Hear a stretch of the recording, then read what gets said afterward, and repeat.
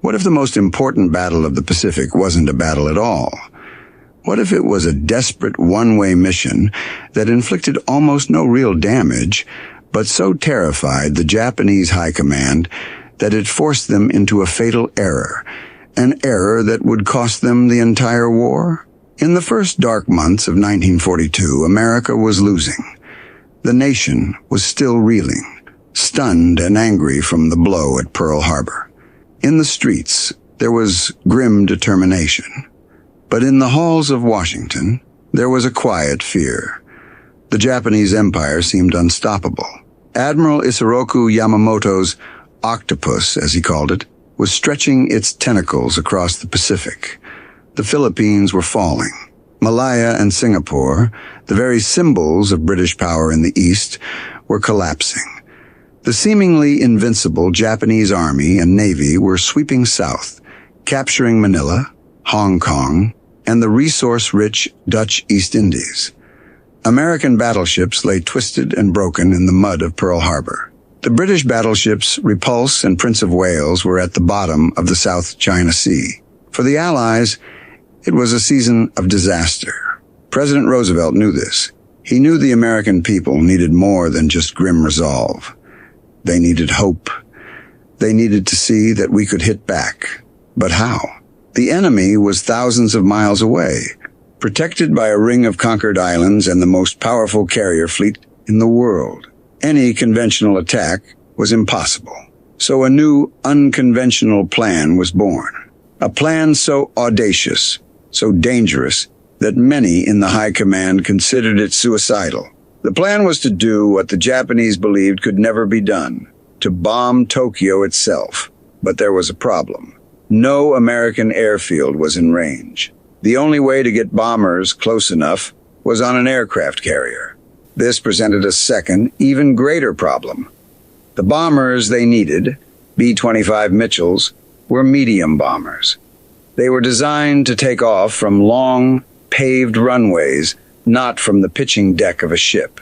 And even if they could take off, they could never land back on it. It would be a one-way trip. 16 B-25s and their crews, led by the legendary airman, Lieutenant Colonel Jimmy Doolittle, were loaded onto the deck of the USS Hornet. These 80 men were all volunteers. They knew the stakes. They would have to launch, fly blind over hundreds of miles of ocean, find their targets in Japan, and then, with whatever fuel they had left, try to make it to friendly airfields in China. They were told to expect to ditch their planes and fight alongside Chinese guerrillas. On April 18, 1942, far earlier than planned, the Hornet and its task force were spotted by a Japanese patrol boat. The element of surprise was lost. Doolittle had a choice: abort the mission or launch immediately, hundreds of miles farther from Japan than they had ever practiced. He chose to launch. One by one, those 16 bombers wrestled themselves into the air, clearing the deck with only feet to spare. They flew low, skimming the waves to avoid detection, for hours. Then, they saw the coastline of Japan. The impossible was happening. Air raid sirens wailed over Tokyo for the first time in its history. Japanese civilians, who had been told for months that their homeland was sacred and untouchable, ran for cover as American bombs fell on the capital.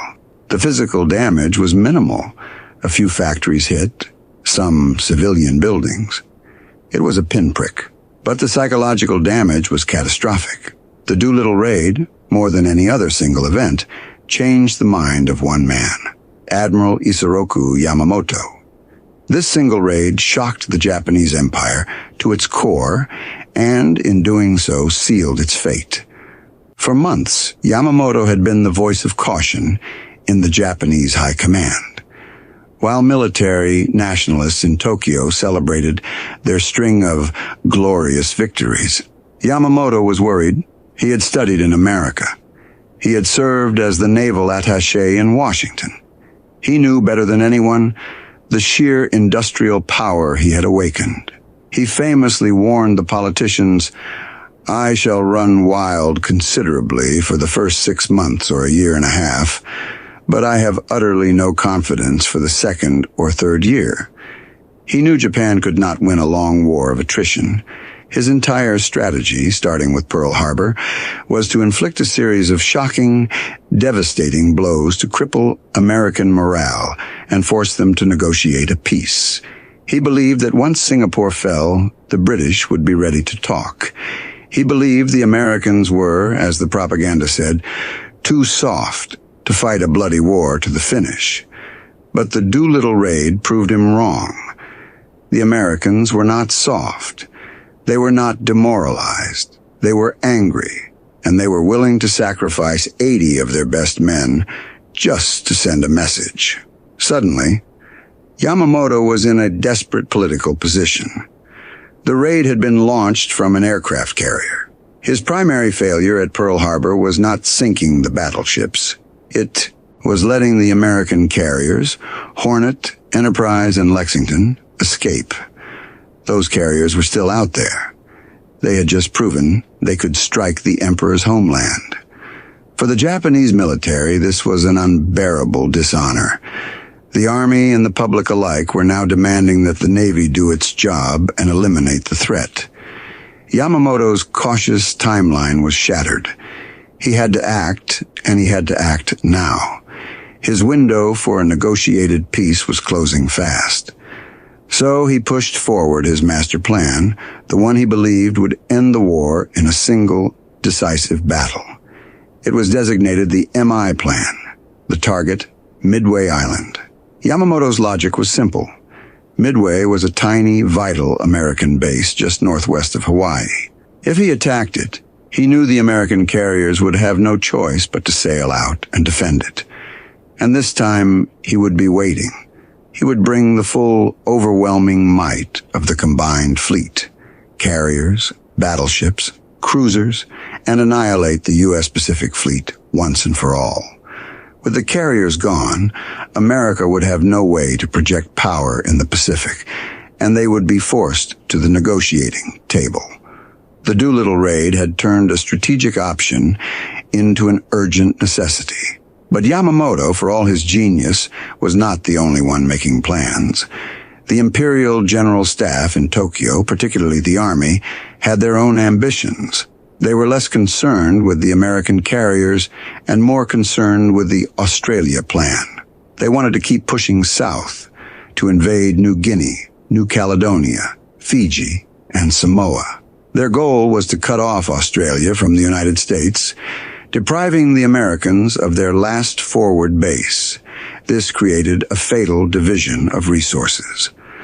While Yamamoto was gathering his fleet for the decisive battle at Midway, the Naval General Staff was moving precious ships and planes south to Rabaul and the Solomon Islands, preparing to choke off Australia.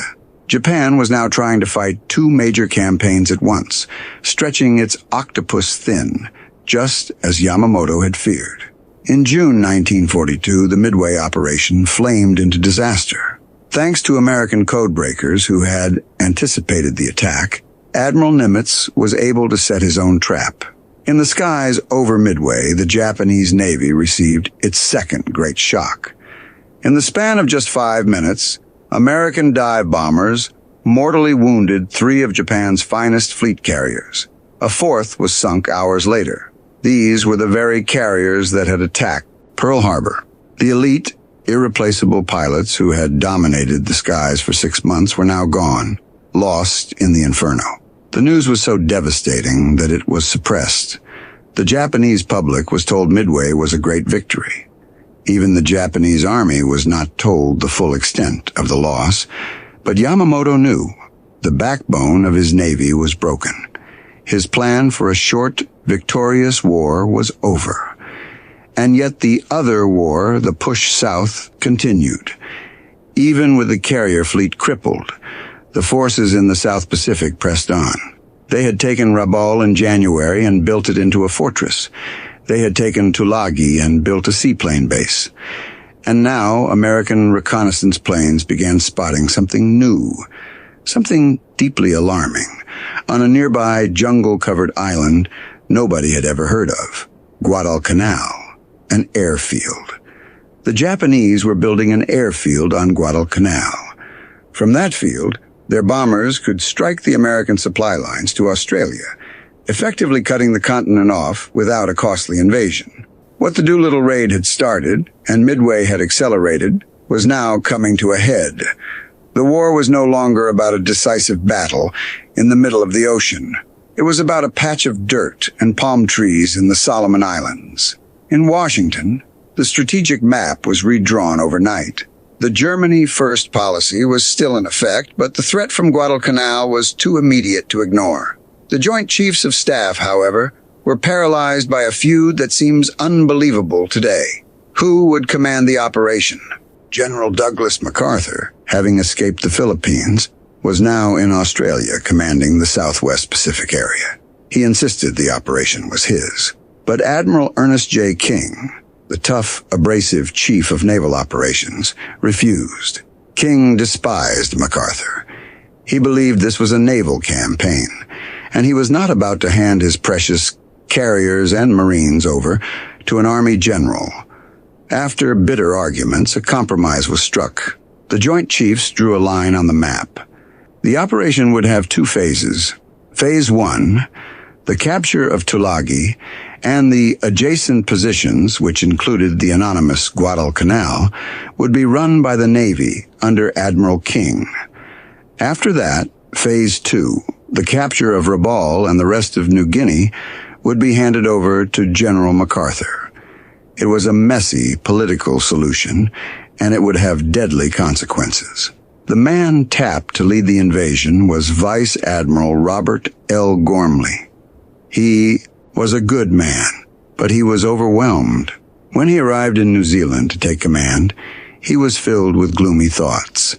He didn't have the ships, he didn't have the supplies, and his men had no training. This whole thing was being rushed, and it got worse. The command structure was a nightmare. Gormley, in New Zealand, was in overall command, but the carrier task force, the all-important air cover, was commanded by Admiral Frank Jack Fletcher. The amphibious force, the transports and warships carrying the Marines, was commanded by the aggressive Admiral Richmond Kelly Turner, and the Marines themselves were led by General Alexander Vandergrift. It was a committee, and the men on it did not trust each other. Fletcher, in particular, was gun-shy. He had lost the Lexington at the Coral Sea and the Yorktown at Midway. He was now down to the Saratoga, Wasp, and Enterprise, and he was terrified of losing them.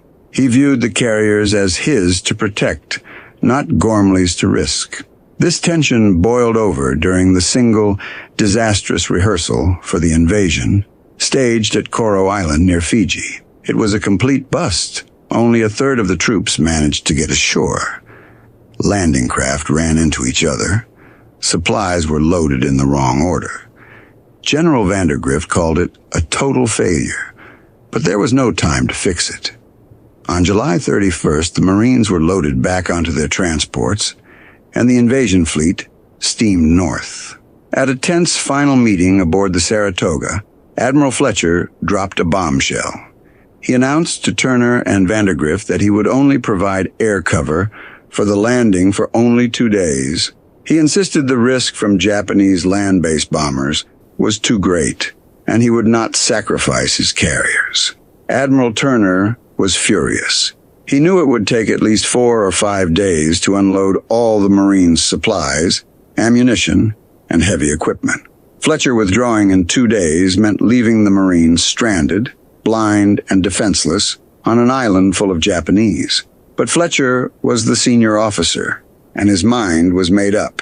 This was Operation Shoestring, an invasion launched on a prayer, plagued by infighting, and led by a commander who was already planning his exit before the first shot was fired.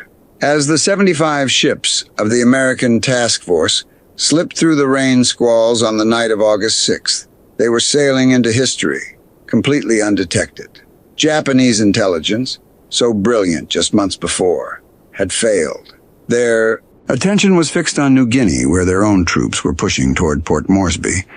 They had no inkling that the soft Americans were about to launch the first major amphibious offensive of the war. At dawn on August 7th, 1942, the sky cleared. The Marines on deck looked out at the high jungle-green mountains of Guadalcanal. At 6:12 a.m., the American cruisers and destroyers opened fire. The world exploded in flashes of light. The bombardment set oil dumps blazing along the shore, sending thick black smoke leaping into the sky. On Tulagi, a frantic Japanese radio operator sent the last message the base would ever send. Enemy heavy bombardment in progress. The Doolittle Raid had been America's desperate cry of defiance. This was the answer. The invasion plan was twofold. The main force, 11,000 Marines of the 1st Marine Division, would land on Guadalcanal and seize the airfield. A smaller, separate force, the elite 1st Marine Raider Battalion under Colonel Merritt, Red Mike Edson, would simultaneously assault the nearby island of Tulagi, along with the tiny adjoining islands of Gavutu and Tanambogo. On Guadalcanal, the landing was ridiculously easy. The Marines splashed ashore at 9 a.m. and met no resistance at all. The Japanese on the island were almost entirely construction troops and laborers. When the shells started falling, they had simply dropped everything and fled into the jungle. The Marines walked into a ghost town. They found barracks that had never been slept in. They found a breakfast table full of platters of meat, rice, and cooked plums, with half-filled rice bowls scattered on the floor. Chopsticks were dropped mid-meal. The enemy had been taken by complete surprise. The Marines, who had been told to expect 70% casualties, began to develop a dangerous contempt for the enemy. "I wish those Japanese would come out and fight," one Marine told a correspondent. "All they do is run." He would soon get his wish, because across the channel on Tulagi, Edson's raiders were finding out what a real fight looked like. Tulagi was a different story. It was defended by 250 men of the Yokohama Air Base Detachment. These were not laborers. They were seasoned, dedicated naval troops, and they were dug in. Edson's men landed at 8:15 a.m. At first, the terrain seemed the worst obstacle. The jungle was a tangled mat of vines and sharp bougainvillea. It took the Marines 3 hours to chop their way just a mile and a half up to the main ridgeline. And that's when they hit the Japanese central defenses. The Japanese had built dugouts and rock embrasures, perfectly sited for interlocking fields of fire. They were dug into the steep slopes of a 3-sided ravine, with an old British cricket field at the bottom. As the Marines moved up, they were hit by a vicious crossfire. This was the first test of the war. America's best against Japan's best. The raiders learned new, brutal tactics on the fly. They found that by crawling up the cliffs, they could get above the dugouts and drop charges of dynamite and grenades inside. But even then, the positions weren't safe. In one hole, after killing 17 Japanese with dynamite, a Marine went in to retrieve a radio. 2 wounded soldiers, playing dead, shot him and the man who came to help him before they were finally killed. The fighting on the adjoining islets of Gavutu and Tanambogo was even worse. The 500 Japanese defenders there had fortified the small hills, and every position had to be taken by hand. The Japanese swarmed the first American tanks that landed, jamming crowbars in their treads, trying to set them on fire with gasoline-soaked rags. One tank commander opened his hatch to use his machine gun and killed 23 Japanese before one scrambled up the side and stabbed him to death with a bayonet. This was a kind of war the Americans had never seen. The Japanese suicidal attitude was a shock.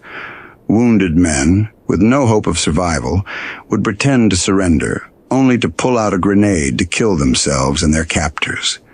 In one dugout, 3 Japanese officers, cornered and out of ammunition, were found with 3 bodies and 1 empty pistol. One officer had shot his 2 companions and then himself. After seeing this, the Marines stopped asking for surrender. By the end of the second day, Tulagi, Gavutu, and Tanambogo were secured. The cost, 122 killed and 203 wounded Marine casualties. The 886-man Japanese garrison was nearly wiped out, with only 23 captured. While this savage battle raged on Tulagi, the Japanese at Rabaul were recovering from the shock. At 8:30 a.m. on the first day, 27 Betty bombers, escorted by 18 Zero fighters, took off from Rabaul. They had been loaded for a strike on New Guinea. Now they were diverted to Guadalcanal. An Australian coast watcher on Bougainville Island, part of a network of brave planters and officials who hid in the jungle, spotted the formation. He radioed the warning, 24 bombers heading yours. That message, relayed through Pearl Harbor, gave the American fleet 2 hours to prepare. When the Japanese planes arrived, the sky was full of F-4F Wildcat fighters from Fletcher's carriers. The Americans tore into the bombers. With their Zero escorts engaged in dogfights elsewhere, the Japanese bomber pilots were massacred.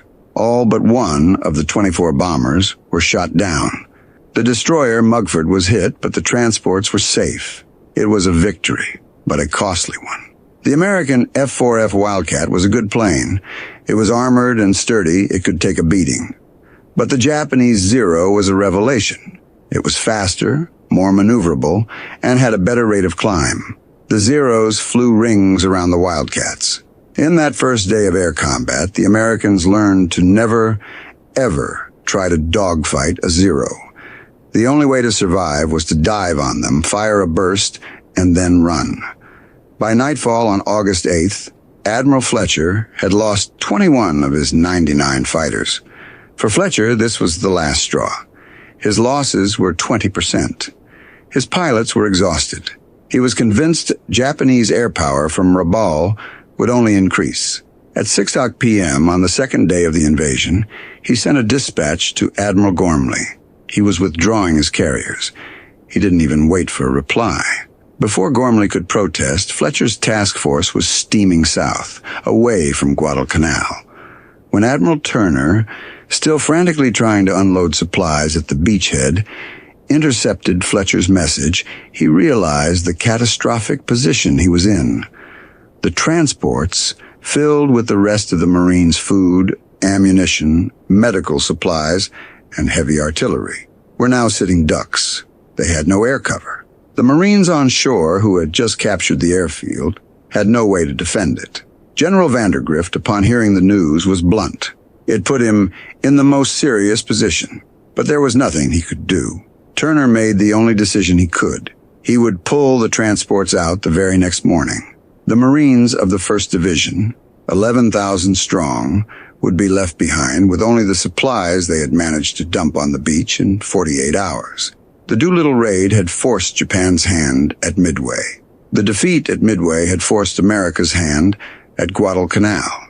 And now the timidity of one admiral was about to set the stage for one of the worst naval disasters in American history. As darkness fell on August 8th, the exhausted American and Australian sailors guarding the transports settled in for the night. They believed the worst was over. They were wrong, because while Admiral Fletcher was running south, a new, powerful Japanese force was already speeding toward them, undetected. Vice Admiral Gunichi Mikawa, commander of the Japanese 8th Fleet at Rabaul, was not an airman. He was a surface warfare expert. When he heard of the invasion, he had immediately gathered every warship he could find. 5 heavy cruisers, 2 light cruisers, and a destroyer. He knew he had no air cover, but he also knew the Americans were incompetent at night fighting, while his own men had trained for it obsessively. He would use the darkness as his weapon. His plan was simple. Steam down the slot, that dark channel between the islands, at full speed, arrive after midnight, and annihilate the American screening force.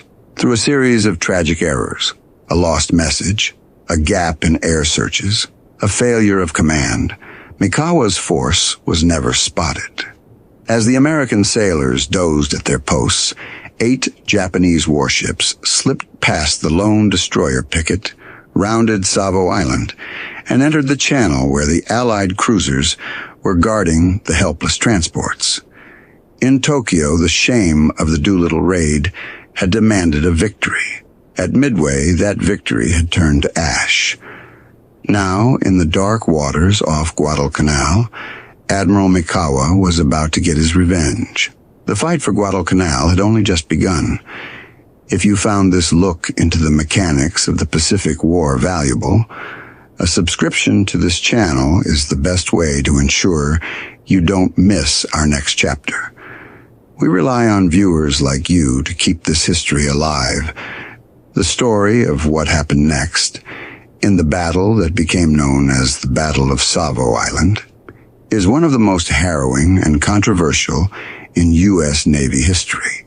It serves as a brutal lesson in readiness, and it's a story we'll be covering in detail very soon. But the chain of events is what's so critical. From the desperation in Washington, to the courage of Doolittle's men, to the shock in Tokyo, to the fatal gamble at Midway. Every event was linked, a chain reaction of pride, fear, and desperation that led both navies to that one stretch of water. This is history, not as a list of dates, but as a story of human decisions. If you'd like to see more deep dives like this one, our full library of battles is available on our channel page. For those who want to continue exploring the Pacific War, we recommend starting with our video on the Battle of the Coral Sea, which you can find in the comments below.